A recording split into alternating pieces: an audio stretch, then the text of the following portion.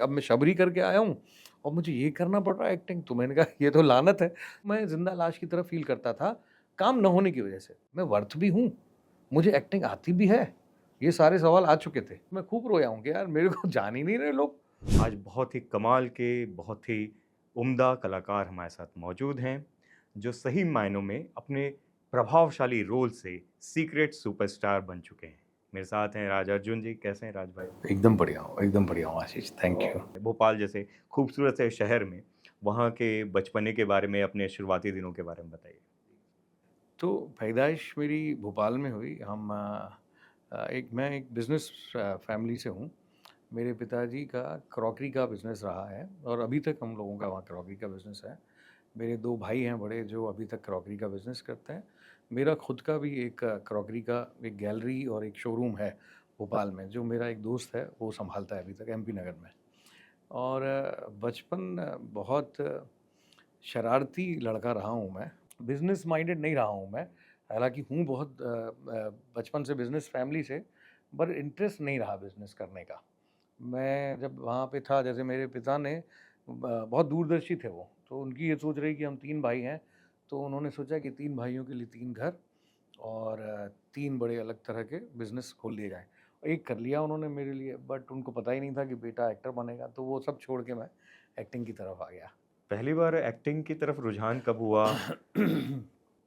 भोपाल में मैं सेफिया कॉलेज में पढ़ता था, तो मैं कभी एक कोई नाटक देखने चला गया ऐसे ही, भोपाल भारत भवन में, और वहाँ देख के मुझे लगा कि यार यही कुछ मुझे करना है। वो भोपाल से मुंबई आने का कहाँ से ख़्याल आया?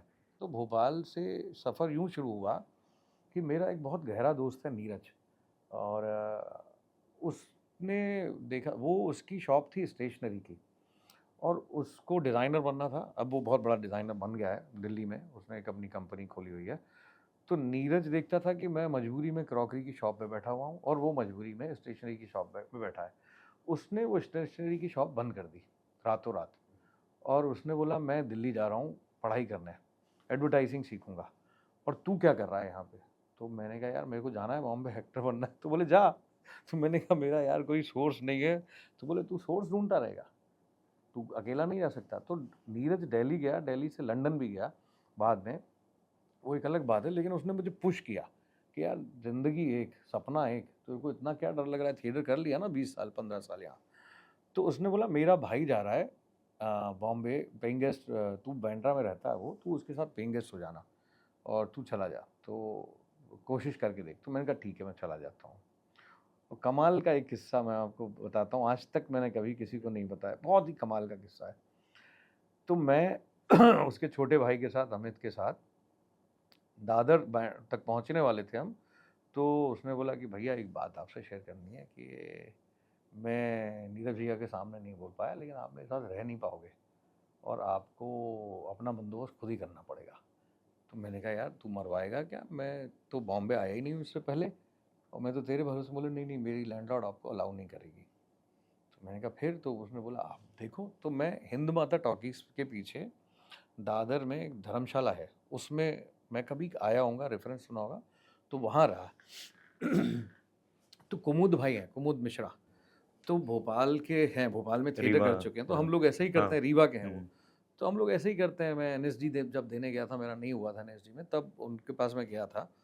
तो मैं कुमुद भाई को फ़ोन किया कि मैं आपके घर आ रहा हूँ, और वहाँ से मिल के जब मैं गया वापस, तो धर्मशाला का ना रात को 11 बजे के बाद दरवाज़ा बंद हो जाता था।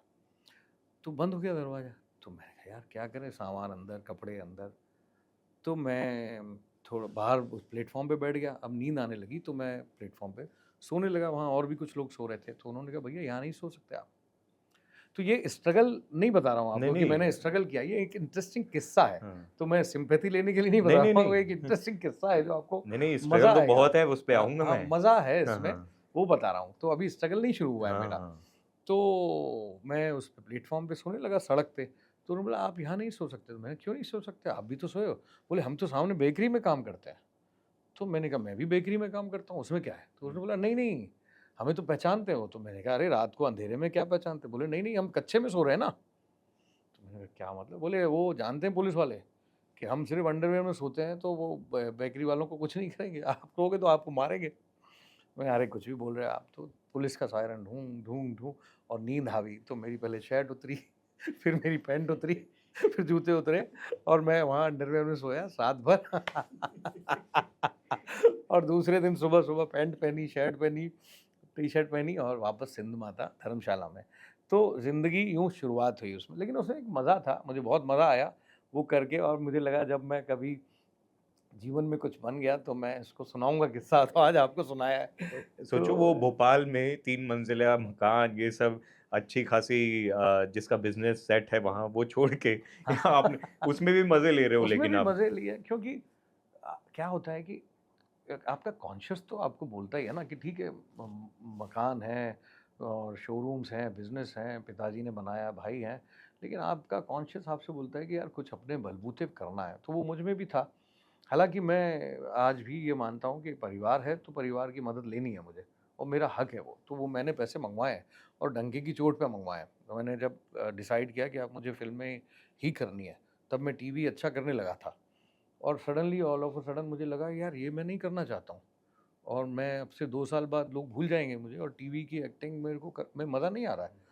तो मैंने अपने भाई को बोला कि पैसे भेजना शुरू कर, और पैसे आना शुरू हो गए, क्योंकि अब मैं काम नहीं कर रहा हूँ। तो उसने बोला ज़रूर तू पागल है, बट वो तो कौन-सी नई बात है, मेरी माँ भी बोलती है पागल है, मेरा भाई भी बोलता है, मेरे दोस्त भी बोलते हैं, तो वो तो मैं आदी था ना इस बात का। मेरे दोस्त भी बोल रहे थे जब मैं टीवी कर रहा था, तो मैं 50-60 हज़ार रुपए महीने के बना रहा था।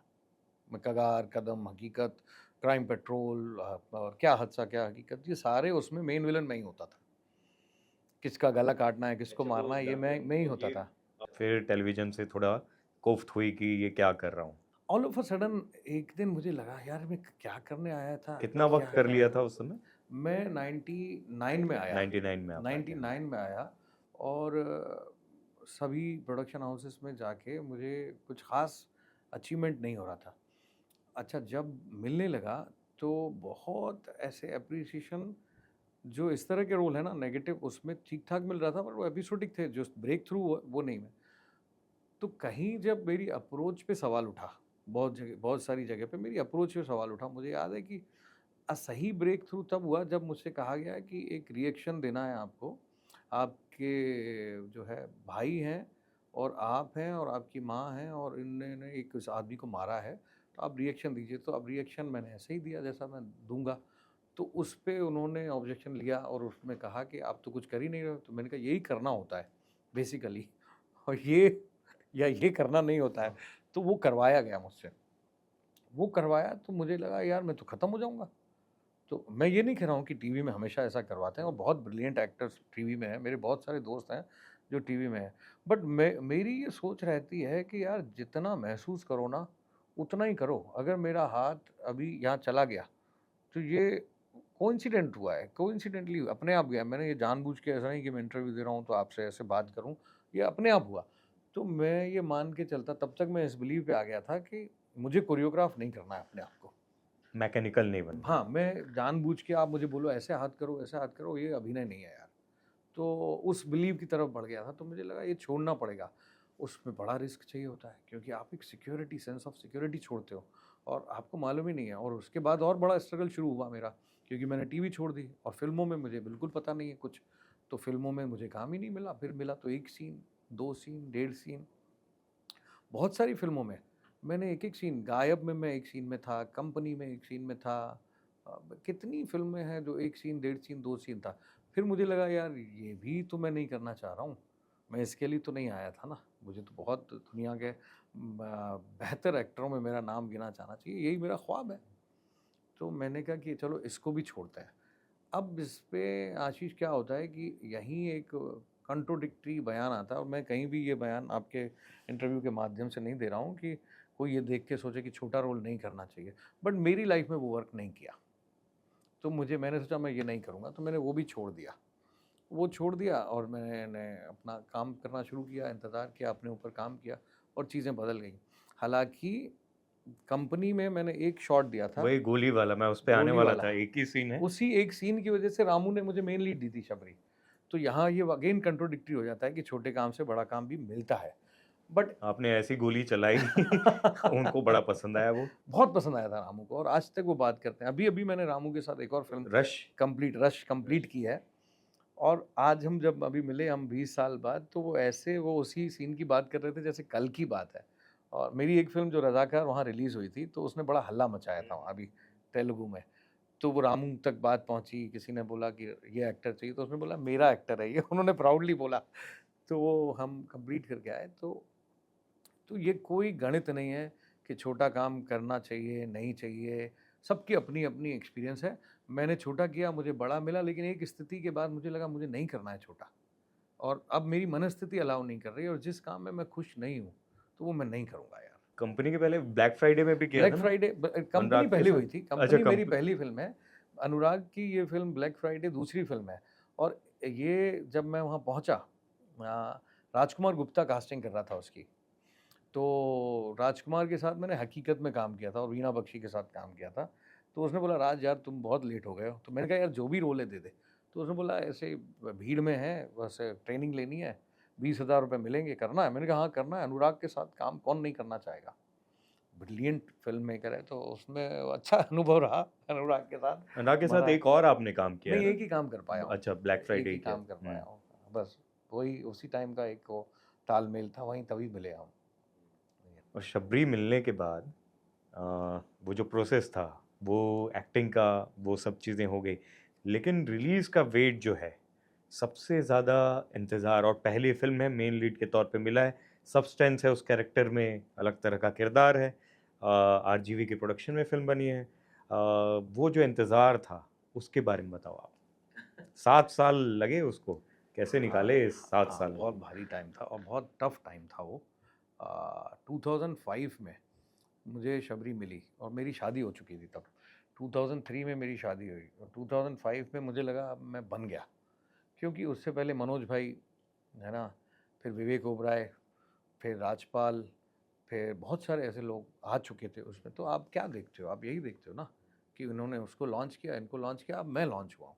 तो मुझे लॉन्चिंग मिल गई, तो मैंने वो फ़िल्म की, और वो फ़िल्म में काम बहुत अच्छा हुआ मेरा, बहुत अच्छा। फ़िल्म भी बहुत अच्छी बनी थी, और तो मैं उसका इंतज़ार करने लगा। और इंतज़ार के उन पलों में आपको जब ये मालूम ही नहीं है कि फ़िल्म नहीं आएगी, तो आप पॉज़िटिव होप के साथ ही जीते हो ना। वो तो तब आपको सवाल कब खड़ा होगा, जब 2 साल बीत जाएँगे कि अब नहीं हो रही है, तो 2 साल के बाद आप, तो 2-3 साल तो यूँ ही निकल गए इंतज़ार में। 2-3 साल के बाद जब मालूम पड़ा कि शायद नहीं होगी, तो मुझे लगा अब क्या? अच्छा, इन 2-3 सालों में काफ़ी काम आया मेरे पास, और बड़ी-बड़ी फ़िल्मों से आया। बट बड़ी-बड़ी फ़िल्मों से छोटे-छोटे रोल आए। बहुत बड़े-बड़े नाम, बट रोल छोटे-छोटे।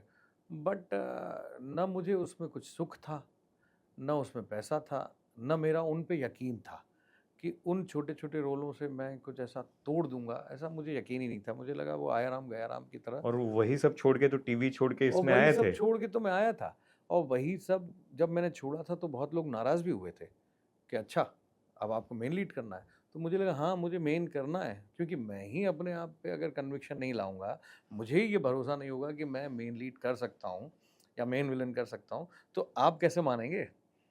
तो मेरा मानना ज़रूरी है ना। तो मैंने कहा हाँ, मुझे करना है, नहीं तो नहीं करना है। और मुझे लगा एक ज़िंदगी मिली है, एक सपना देखा है, या तो ये पूरा-पूरा करूँगा या तो नहीं करूँगा। तो वो उससे मैं अब पार हो गया था कि यार ये छोटा-छोटा, छोटा-छोटा करके कुछ ज़िंदगी में हासिल नहीं कर पाऊँगा, अचीवमेंट फ़ील ही नहीं होता है। तो वो जब नहीं हुआ, तो मैंने कहा अब क्या करें? अब छोटी-छोटी वो बड़े-बड़े फ़िल्मों में छोटे-छोटे रोल भी मना किए हैं, अब क्या करें भाई? तो काम भी करना है, और क्या होता है आशीष, कॉन्फिडेंस की ना धज्जियाँ उड़ जाती हैं, और आपसे लोग पूछते हैं क्या चल रहा है आजकल? अब आप क्या बोलोगे? आप इतने ब्लंट और इतने स्ट्रेट फॉरवर्ड नहीं हो कि बोल दोगे यार मेरा कुछ नहीं चल रहा है, और कई सालों से नहीं चल रहा है, राइट? और फिर भी आप ज़िंदा कैसे हो इस शहर में? क्योंकि हर दिन आपसे एक सवाल होता है, क्वेश्चन मार्क, आज क्या? और कितना किसी कास्टिंग डायरेक्टर के पास जाओगे? कितना किसी प्रोड्यूसर के पास जाओगे, डायरेक्टर के पास, और दरवाजे तो बंद ही रहते थे। आपको क्या लगता है कि कोई वेलकम करता है क्या आपको एक्टर्स को? दरवाजे, आप किसी भी ऑफ़िस में जाते हो, तो आपका स्ट्रगल सही जगह तो होता ही नहीं है। वो तो वॉचमैन तक ही खत्म हो जाता है ना। तो वो भी बंद हो जाती है। एक टाइम के बाद एक्टर कहीं भी नहीं जाता है। वो जो हम बोलते हैं ना मैंने सालों साल स्ट्रगल किया है, डज़न्ट मीन कि हम सालों साल किसी के ऑफ़िस के दरवाज़ा खटखटा रहे हैं। वो सालों साल यहाँ स्ट्रगल होता है। सबसे ज़्यादा वही मैं बोल रहा हूँ कि फाइनेंशियल या बाकी स्ट्रगल नहीं होता। जो एक एक्टर के अंदर जो खुद का स्ट्रगल चल रहा होता है ना, वो एक कन्विक्शन, एक उसका सेल्फ डाउट आने लगता है, क्या मैं वो मैं ये वर्थ डिज़र्व भी कर रहा हूँ हूँ कि कि नहीं नहीं? कि मैं डिज़र्व करता भी नहीं हुँ, हूँ। मैंने अपने आप से और अपनी बीवी से और अपने आस-पास के लोगों से ये सवाल करना शुरू कर दिया था कि कहीं मैं खामोखा तो ये नहीं मानता हूँ कि मैं अच्छा एक्टर हूँ। कहीं खामोखा तो मुझे भोपाल में बेकार के अवार्ड नहीं मिले हैं। मैं वर्थ भी हूँ, मुझे एक्टिंग आती भी है। ये सारे सवाल आ चुके थे। क्यों? कि आपको पूरी दुनिया रिजेक्ट कर रही है। मैंने जब टीवी में था तो मेरी एक दोस्त है परसिस, तो एक बार मैं उसके पास रोता-रोता गया। वो टोनी दिया सिंह में काम करती थी। तो मेरे पास काम नहीं था और मुझे काम करने के लिए मर रहा था मैं। तो मैं इस नौबत पे आ गया था, मैंने कहा फ्री में काम दे ये दो मेरे शबरी को। के बाद की बात, शबरी के बाद, ये तो 2-3 साल शबरी के जो भी 2-3 साल बाद, तो मैंने उसको बोला मैं टीवी करूँगा, मुझे तू काम दे दे। तो परसिस मुझे देख के घबरा गई क्योंकि मेरा पूरा बॉडी जो है काँप रही थी। तो उसने मुझे बोला कि तू पी के आया है क्या? गांजा पिया है तेरा? मैंने कहा यार मैं पीता नहीं हूँ, तू समझ नहीं रही है इस भूख को तू समझ, मैं तकलीफ़ में हूँ। तकलीफ़ खाने की नहीं थी, तकलीफ़ पैसे की नहीं थी, बट कैसे समझाओगे आप किसी चीज़ के आप आदी हो और वो खुराक आपको सालों साल नहीं मिली है, तो आपको लगता है आपकी आत्मा मर गई है। तो मैं ज़िंदा लाश की तरह फ़ील करता था, काम न होने की वजह से। तो उसने मुझे बनेगी एक बात बनेगी अपनी बात का एक सेकंड रीमेक बन रहा था जिसमें इरफ़ान भाई ने पहले किया था हुँ, बनेगी अपनी बात, वो वाला रोल मुझे दे दिया उन्होंने उसमें सेकंड पार्ट में, सेकंड पोर्शन में। तो वो मैंने किया, वो पता नहीं क्या हुआ चैनल को पसंद नहीं आया या मेकर्स को पसंद नहीं आया, उन्होंने मेरा ट्रैक उड़ा दिया, तो मेरे को हटा दिया गया उसमें से। तो वो भी काम खत्म। फिर मुझे एक और सीरियल मिला जिसमें मैंने आपको बताया कि मुझे रिएक्शन देना था एक उसको किसान को मारा है हम 5 भाइयों ने। तो मैंने रिएक्शन दिया तो उन्होंने मुझे दोबारा बुला लिया और उन्होंने कहा आप मुझे ऐसे मुक्के मारो और ऐसे मूँछों पे ताव रखो। ये सेकंड टाइम था टीवी में। तो मैंने वो किया बट फिर मैं जब घर गया तो बहुत रोता हुआ गया कि अब मैं शबरी करके आया हूँ और मुझे ये करना पड़ रहा है एक्टिंग। तो मैंने कहा ये तो लानत है। तो मैंने कहा एक काम करते हैं, शायद ऊपर वाले को मंजूर ही नहीं है, शायद चाह ही नहीं रहा है वो कि ये हो, तो छोड़ देते हैं अभी, फिलहाल छोड़ देते हैं। एक्टिंग नहीं छोड़ सकता था मैं क्योंकि उसके बिना मेरा जीवन ही नहीं है, मुझे कुछ आता ही नहीं है आशीष। मैंने ये महसूस किया बहुत सारी चीज़ें, कमाल की बात है मैंने सोचा छोड़ दूँ, मैंने वो कास्टिंग डायरेक्टर के विजिटिंग कार्ड बनवा लिए। कि यार एक्टिंग में काम नहीं चल रहा है बट मुझे रहना तो इसी फील्ड में है, तो मैं क्या कर सकता हूँ? तो कास्टिंग डायरेक्टर के विज़िटिंग कार्ड बनवा लिए 10,000। वो आज तक 10,000 वैसे के वैसे ही हैं, एक भी नहीं दे पाया। क्योंकि मेरा बेसिक नेचर ही नहीं है माँगने का या बोलने का, मुझे बड़ी शर्म आती है। मुझे काम माँगने में मुझे लगता है मैं छोटा हो गया, मुझे शर्म आ रही है, मुझे लगा माँग के लिया तो क्या ही लिया यार, क्योंकि स्वभाव ही नहीं रहा। तो धीरे-धीरे डिस्कवर किया कि यार एक्टिंग के अलावा कुछ भी नहीं आता है। और उधर सवाल वहाँ घर से माँ बोल रही है आजा वापस बिज़नेस सँभालना है। ये करें तो करें क्या, जाएँ कहाँ? ये छोड़ नहीं सकते, यहाँ काम मिल नहीं रहा है। जिनके पास जाते हैं वो बोले अरे अभी तो आए थे राज भाई, 1 हफ्ता पहले ही तो मिले। 1 हफ्ते में कहाँ से काम लाऊँ आपके लिए? तो आप आपको डिस्टेंस मेंटेन करना पड़ता है कि यार इससे 1 हफ्ते पहले मिला हूँ तो डायरी में लिखना पड़ता है कि इससे 1 हफ्ता पहले मिला, अब इसको गैप देना है भाई 1 महीने का। तो वो कैलकुलेशंस लगानी पड़ती उस थी। समय भाभी का क्या रिएक्शन था? उसका बड़ा भरोसा था यार भाई जीवन में, बड़ा भरोसा पता ये नहीं। अरेंज मैरिज थी हाँ, या ये लव अरेंज मैरिज थी? मैरिज थी बट अरेंज ऐसे हुई कि शादी सिंधियों में नहीं होती है। जब अगर आप एक्टिंग में हो और वो भी ख़ास हाँ, करके वही। आपका काम ही नहीं चल रहा है, तो बहुत सारे लोग आते थे और मेरा भाई कहता था कि तू बस इतना बोल दे मैं बिज़नेस सँभालता हूँ। मेरा बड़ा-सा शोरूम है वहाँ, मतलब मैं वहाँ बैठ जाऊँ तो लगेगा ये किंगडम के लोग हैं। तो जो भी आता था तो वो बोलते थे आगे क्या प्लान है? तो मैं बोलता था मैं बॉम्बे जाके एक्टिंग करूँगा। तो मेरा भाई बहुत नाराज़ होता था। दीपक भाई। दीपक भाई। अच्छा आप जानते हो उनको। तो वो बहुत नाराज़ होता था कि एक लाइन नहीं बोली जा रही तुझसे कि मैं बिज़नेस करता हूँ, टाइम पास एक्टिंग करूँगा। तो मैंने कहा वो लड़की खा जाएगी मुझे भाई। वो बोलेगी कि तुमने बोला कि बिज़नेस करते हो तुम तो यहाँ धक्के खा रहे हो और इसमें कुछ हो भी सकता है, कुछ नहीं भी हो सकता है। तो मेरी एक दोस्त हैं कविता जी, उन्होंने बोला शादी-वादी? तो मैंने कहा कोई लड़की नहीं मिलती, तो ये सान्या से मिलवाया उन्होंने। तो मैंने उनको बोल दिया, मैंने कहा भाई मैं एक्टर बनना चाहता हूँ, मैं ज़िंदगी भर वही करूँगा। चल भी जाए, ना भी चले, जिस हाल में भी होगा मैं रहूँगा वहीं, बम्बई में ही रहूँगा, ये सब दिखावा है। मैंने कहा इससे कनेक्शन नहीं है मेरा। तो वो भी तैयार हो गईं, उनके घरवालों को भी कविता जी क्योंकि मेरे साथ थिएटर करती थीं, वो समझदार सेंसिबल लेडी हैं, तो उन्होंने बोला ये लड़का अच्छा है, इसकी गारंटी मैं लेती हूँ, बाकी बैक इनकी अच्छी है। तो इस तरीके से वो मेरे हाथ आ गईं। एक अच्छी महिला। बट उनका कमाल का कॉन्फिडेंस रहा। मुझे लगता है कि शायद उनका जो ऑरा है, या वो शादी होने से कहते हैं ना कि कोई एक आता है आपकी लेडी किस्मत लक। बदलते, लेडी लक, किस्मत बदलती है। तो मेरी बेटी के मेरी ज़िंदगी में आने से और सान्या के, मेरी वाइफ़ की मेरी ज़िंदगी में आने से सितारे कुछ घूमे और उनका भरोसा रहा। मैं खूब रोया हूँ क्योंकि आप दीवारों से तो बात नहीं करोगे, कहीं न कहीं आप महसूस करते हो ना कि अब मुझे हल्का होना है। किससे हल्का हो गया? और तो दोस्ती बनती नहीं है इस शहर में, और दोस्ती बनती है जब आप सक्सेस हो जाते हो, और तब आप बनाना नहीं चाहते हो। तो उस दौर में दोस्ती बनी नहीं। अब आप बीवी के कंधे पे ही तो रहोगे। तो मैं खूब रोया हूँ कि यार मेरे को जान ही नहीं रहे लोग। मैं पहचान वो करना चाहता हूँ। मतलब मैंने फ्री में भी काम किया लोगों के लिए, बट कमाल की बात है कि इस शहर में आप अपना काम करो और अपने काम से ही जाने जाओगे। आप ये फ्री का फंडा या इसका फंडा या रिलेशन का फंडा, ये टाइम बिंग ही होता है। मुकेश चावड़ा के बारे में सुना है आपने? वो वाला किस्सा मेरे को पता है कि बिटिया को लेके गए थे, उस पे आएँगे। जब ये शबरी बहुत साल तक रुकी रही और प्रॉपर रिलीज़ भी नहीं हुई, और इस बीच में सेल्फ डाउट और भाभी के साथ वो अपना पेन शेयर करना और जिन भी दोस्तों को आप जानते थे उनसे काम माँग। फिर इस बीच में एक कभी ऐसा मतलब सोचा कि यार मैं नहीं कर पा रहा हूँ, क्या कुछ और करना चाहिए या छोड़ देना चाहिए? जाने का तो आपने वो टिकट रखा ही नहीं था अपने पास। कैसे वो 7-8 साल वो टाइम जो है वो निकाला आपने? एक भरोसा था जीवन में कि एक्टर मैं बहुत अच्छा हूँ, ये मुझे अंदर-अंदर मालूम था, और मुझे अपने ऊपर डाउट हुआ। कभी-कभी हमारे, क्योंकि माइंड ना हमेशा एक जैसा नहीं होता है। हमेशा आप उस हाई एस्टीम में नहीं होते हो, कई बार लो एस्टीम में होते हो। जब लो एस्टीम होता है तो आप अपने आप पे डाउट करते हो कि यार मैं अच्छा एक्टर हूँ भी, मैं वर्थ हूँ भी।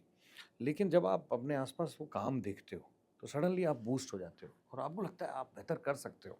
आप में वो बात है। तो फिर उस दौरान जब मैंने विथड्रॉ किया, तो विथड्रॉ ऐसे नहीं किया कि मैं एक्टिंग छोड़ रहा हूँ।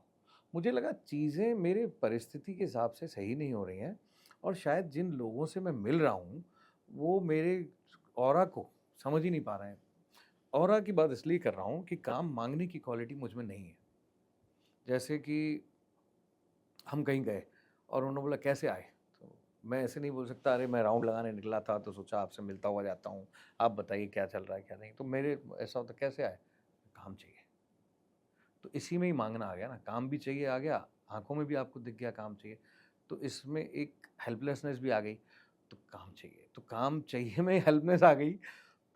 तो मुझे लगा ये गड़बड़ है। मुझे हेल्पलेसनेस लानी नहीं है, बट जब मैं माँग रहा हूँ तो हेल्पलेसनेस आ रही है। तो मुझे लगा कि मुझे इससे पार होना होगा, इससे। और उस दौरान जब ये चलता रहा तो मैंने कहा एक काम करते हैं, इस हेल्पलेसनेस को ना, इस गरीबी को जो अंदर आ गई है मैं हटा देता लाचारगी हूँ, को चल लाचारगी को मैं हटा देता हूँ। अब अनुराग दिखता है तो मुझे अनुराग में काम ही दिखता है बस, मुझे अनुराग कश्यप दिख ही नहीं रहा है। तो जब अनुराग मिलता था मैं बोलता यार अनुराग काम देना, तो हाँ हाँ हाँ हाँ करता हूँ, ब्लैक फ्राइडे के बाद हाँ करता हूँ। तो मुझे लगा ये मैं क्या हो गया हूँ यार, मैं अनुराग को अनुराग की तरह क्यों नहीं देख पा रहा हूँ? फिर मैंने कहा यार एक काम कर लेते हैं, पहले अपने आप को साध लेते हैं, ये छोड़ देते हैं ना काम की बात। फिर मैंने छोड़ दिया। अब मुझे जो है जैसा है वैसा ही दिखता है, अब मैं काम की बात नहीं करता किसी से। इसमें कोई घमंड नहीं है, बट बदलाव आया मेरे अंदर, आ गया, अब जो होना होगा वो हो जाएगा। तो जब मैं सेल्फ एस्टीम, सेल्फ रिस्पेक्ट, सब सारी चीज़ें वापस आई, जब मैं ठहर गया, तब चीज़ें बदल गई, दुनिया बदल गई। तो वो डाउट आया था, वो डाउट दुनिया आपको देती है, सब तरफ से आता है। खुद से भी आता है। जब आपकी कैपेबिलिटी को एक्सेप्ट ही नहीं किया जा रहा है और आपको मौका ही नहीं मिलता है, तो ये सवाल आता है कि यार ऐसे ही तो नहीं मर जाऊँगा। तो उस दौरान सिर्फ़ एक ही विश होती थी कि यार एक मौका मिल जाए, बस एक मौका मिल जाए। मैं अपने आप को ये प्रूव कर दूँ कि यार मैं अच्छा एक्टर हूँ। दूसरों को तो बाद की बात है। तो मेरे को बड़ा सुकून मिलेगा। तो वो सीक्रेट सुपरस्टार में हो गया। तो सच बताऊँ कि तब से लेके अब तक मेरे को कोई ऐसा वो नहीं होता है अब। अब मुझे लगता है मैंने अपने आप को प्रूव कर दिया है यार। अपने आप को प्रूव कर दिया। तो वो दौर मैं ये बिल्कुल नहीं कहूँगा कि नहीं होता है, डाउट नहीं आते हैं, वो डाउट भी आते हैं ये वो, बट जीवन ही यही है कि आपको डाउट आए, फिर आप जैसे ओवरकम करो और खड़े हो जाओ। फिर आएगा, फिर ओवरकम करो, फिर खड़े हो जाओ। क्योंकि आपने मान लिया कि नहीं है, तो वो तो वैसे भी नहीं हो रहा है। आपके ना मानने की ही तो देर थी भाई, फिर आपका ख़त्म ही होना है। तो आपको नहीं मानना है। परिस्थितियाँ, सिचुएशन वो हमेशा रिवर्स होंगी। वो आज ये संघर्ष है, कल दूसरा होगा, परसों तीसरा होगा, बट आपको खड़े रहना है। तो मैंने हेल्थ पे और मेंटल हेल्थ पे ज़्यादा काम किया उस दौरान कि मुझे डगमगाया लेकिन मैंने जाने नहीं दिया। तो ना इधर भटका ना उधर भटका, फ़ोकस वहीं रखा। मुझे मालूम था एक मौका मिलेगा मैं उड़ा दूँगा। शबरी के सो कॉल्ड रिलीज वाले साल में ही मेरे ख्याल से राउडी राठौर राठौर भी आई थी अक्षय कुमार के साथ। अच्छा रोल था उसमें, ऐसा नहीं था कि, और काफ़ी लंबा रोल था, बहुत ठीक-ठाक रोल था उसमें। अच्छा रोल था, मैं आपको सच बताऊँ आज तक लोग मुझे राउडी राठौर की वजह से जानते हैं और मुझे हैरानी होती है। और मुझे लगता है कई-कई बार मुझे लगता है अरे यार मुझे सीक्रेट सुपरस्टार की वजह से भी तो जानो। मतलब कुछ लोग अरे sir rowdy Rathore. Rowdy Rathore मुझे मेरे टैलेंट के बेस पे नहीं मिली थी। राउडी राठौर मुझे मेरे लुक के बेस पे मिली थी। राउडी राठौर के टाइम पर मैं कोई बहुत अच्छे फ़ेज़ से नहीं गुज़र रहा था। मैं मेरे ख़्याल से वो पता नहीं मुझे याद नहीं है, सीक्रेट सुपरस्टार नहीं हुई थी तब। तो मुझे काम नहीं मिल रहा था और मैं जिए जा रहा था, चले जा रहा था और बाल-वाल भी बढ़ गए थे, दाढ़ी भी बढ़ गई थी, थोड़ा मोटा भी हो गया था। तो किसी ने ये तेलुगु या तमिल का रीमेक है, तो जी। तेलुगु या तमिल में उस आदमी का ऐसा ही लुक था। तो उनको चाहिए था ऐसा बड़ी दाढ़ी, बड़े बाल, तो उन्होंने ले लिया। और मुझे मुस्कान वीनस में एक दोस्त थी मेरी, उसका फ़ोन आया कि सोनिया से मिल ले, वो सोनिया फर्स्ट लेडी थी और वो एक ऐसा कैरेक्टर चाहिए। तो वो मैं गया, उन्होंने फिट कर दिया, 5 लाख रुपए मिलेंगे। मैंने कहा बढ़िया है, तो वो किया और अच्छी बात है मतलब वो कमर्शियल फ़िल्मों का कितना इम्पैक्ट होता है, ये आज तक मुझे एहसास होता है। रोल इतना बड़ा नहीं था वो, बट उसका इम्पैक्ट आज इम्पैक्ट तक था। है, आज तक लोग जान रहे हैं राउडी राठौर की वजह से मुझे, आज तक। बट मैं अपने माइंडसेट की बात बता रहा हूँ कि उस टाइम मैं बहुत अच्छे फ़ेज़ में नहीं था, बट वो मैंने कर ली, पैसा चाहिए था। और एक और चीज़ होती है आशीष कि आपको लगता है और आप सुनते हो कि अरे काम से काम आएगा, 10 लोगों से मिलोगे, 10 लोगों को जानोगे, फिर वो आपको बुलाएगा। उस चक्कर में भी आप बहुत सारे ऐसे काम करते हो। तो वो उस वक़्त के लिए मेरा बेस्ट सही डिसीज़न था, वो मुझे ठीक भी लगता है, कोई दिक्कत नहीं है। बट इसके और बहुत बाद में फिर ऐसी कई चीज़ें हुई जो मैंने सोचा कि अब मेरे को रिलेशन बना के इस बात का इंतज़ार करके कि मैं ये काम करूँ, फिर इससे कोई देखे और फिर उसे नोटिस करे और मुझे बुलाए, मुझे नहीं करना है। तो जैसे मेरा एक बहुत गहरा दोस्त है विजय और उसने मुझे एक फ़िल्म में लिया जो हिंदी वर्ज़न में आई तू तक तूतिया के नाम से सोनू सूद वाली। सोनू वाली। तो उसने बोला bro what a role bro, mind blowing role. तो उसने मुझे रोल दिया और उसमें मुझे एक्शन एक्शन और कट बोलना था। तो मैं मेरे अंदर का एक्टर मर ही जाए। उसमें प्रभु सर थे, प्रभु देवा और ये वो सोनू था। आप अपने को तो कमतर नहीं आंकते हो ना, ये सब अच्छे एक्टर हैं। लेकिन सडनली मैं कमतर हो जाऊँ, मैं कमतर फ़ील करूँ तो वो अच्छी फ़ीलिंग नहीं है ना। तो मुझे लगा मैं क्या कर रहा हूँ इस सेट पे और मैं क्यों हूँ? तो मैंने उसको एक दिन बोला कि यार तू ना मैं तेरे साथ अब ज़िंदगी में अब आगे काम नहीं करेंगे अपन। मैं उस दौर से गुज़र रहा था।